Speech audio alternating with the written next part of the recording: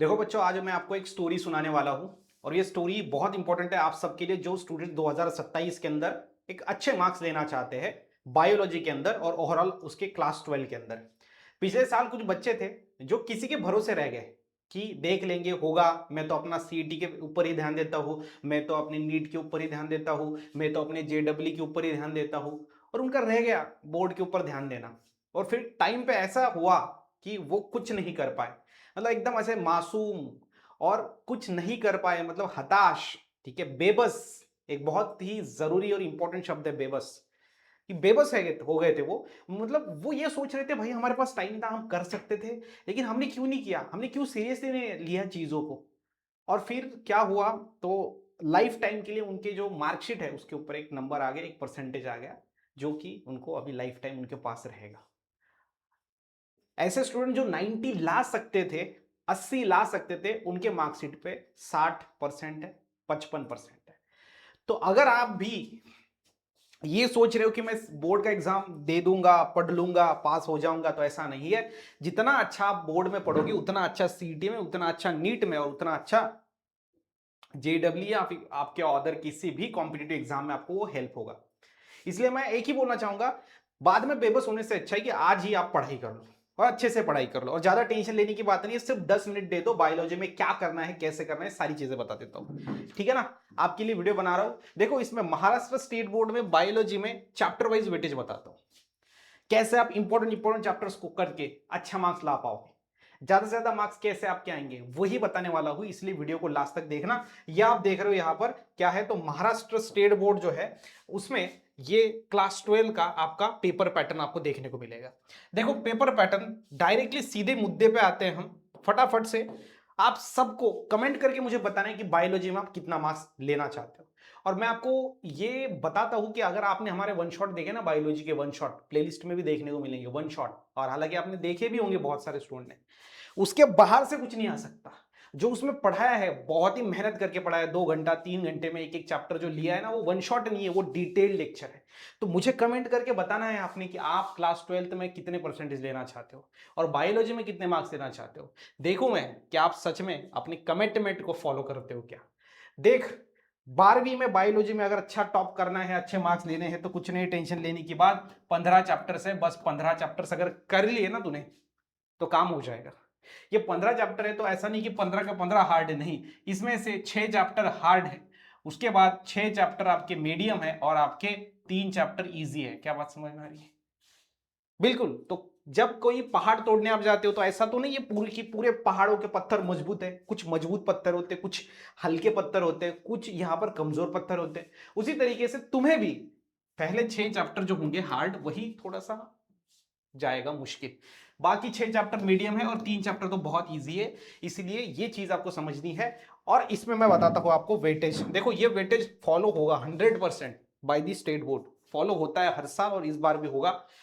पहला, आपका जो बायोलॉजी का चैप्टर है, जो 15 चैप्टर, उनको 5 सेक्शन में डिवाइड किया है। रिप्रोडक्शन वाले चैप्टर्स, जेनेटिक्स एंड इवोल्यूशन वाले चैप्टर्स, फिजियोलॉजी वाले चैप्टर्स, अप्लाइड बायोलॉजी वाले chapters and ecology and environment वाले चैप्टर्स। देखो, रिप्रोडक्शन में 2 चैप्टर्स है, reproduction in lower and higher plant और reproduction in lower and higher animal. ऐसे रिप्रोडक्शन प्लांट में और एनिमल में, ये 2 चैप्टर है। और इसका वेटेज देखो आप, 6 मार्क का वेटेज है, और विथ ऑप्शन ऑप्शन 8 मार्क है। आप बोलोगे सर विथ ऑप्शन? अरे हाँ, आपका जो पेपर है ना, आपको पता है कितने मार्क का होता है? 70 मार्क का पेपर होता है, 30 मार्क्स का प्रैक्टिकल होता है, टोटल 100 बायोलॉजी में आपको लेने होते हैं। आप लोगे इस साल, मुझे गारंटी है, आप पे विश्वास है मुझे। तो अगर आप देखोगे यहाँ पे 70 मार्क, 30 मार्क, लेकिन आपको याद रखना है कि जो आपका पेपर होता है वो सेक्शन ए, है ना, section A, section B, section C और सेक्शन डी में डिवाइड होता है। उनमें से सेक्शन सी और डी में और में क्वेश्चन दिए जाते हैं, और में मतलब बेटा एक्स्ट्रा क्वेश्चन दिए जाते हैं, कि जैसे 12 है तो 12 से 9 ही सॉल्व करो, 5 है तो 5 में से 3 ही सॉल्व करो। तो 2 एक्स्ट्रा क्वेश्चन होते हैं। मतलब ऑप्शन के साथ जो आपका पेपर होता है वो 98 मार्क का होता है, विद ऑप्शन।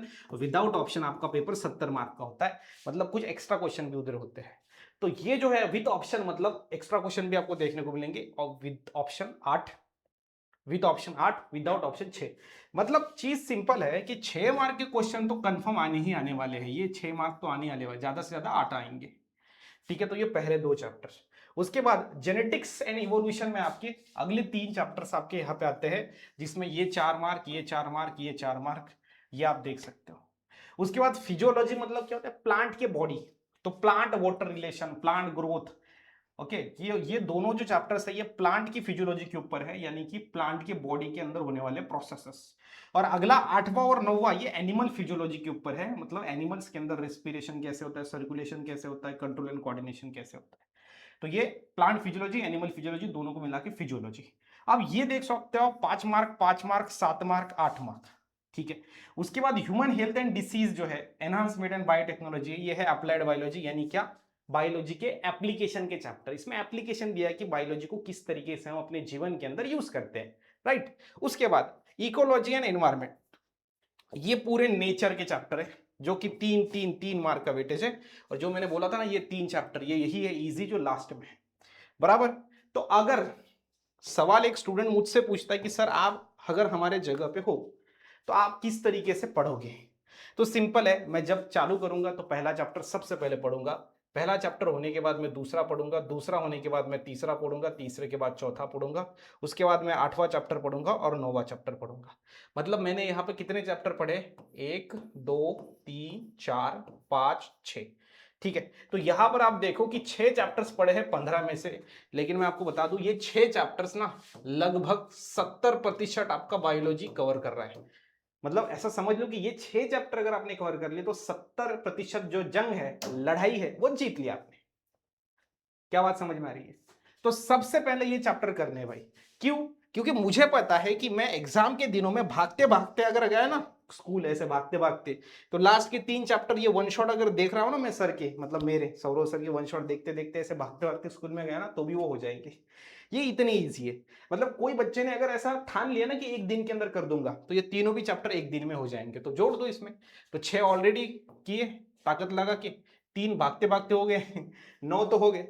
फिर और ये आपका 10 नंबर का चैप्टर ऐसा है कि जिसमें सबसे कम वेटेज है और हार्ड है, ठीक है, ये आप छोड़ भी सकते हो, तो फिर उसमें और ऐड कर दो 10।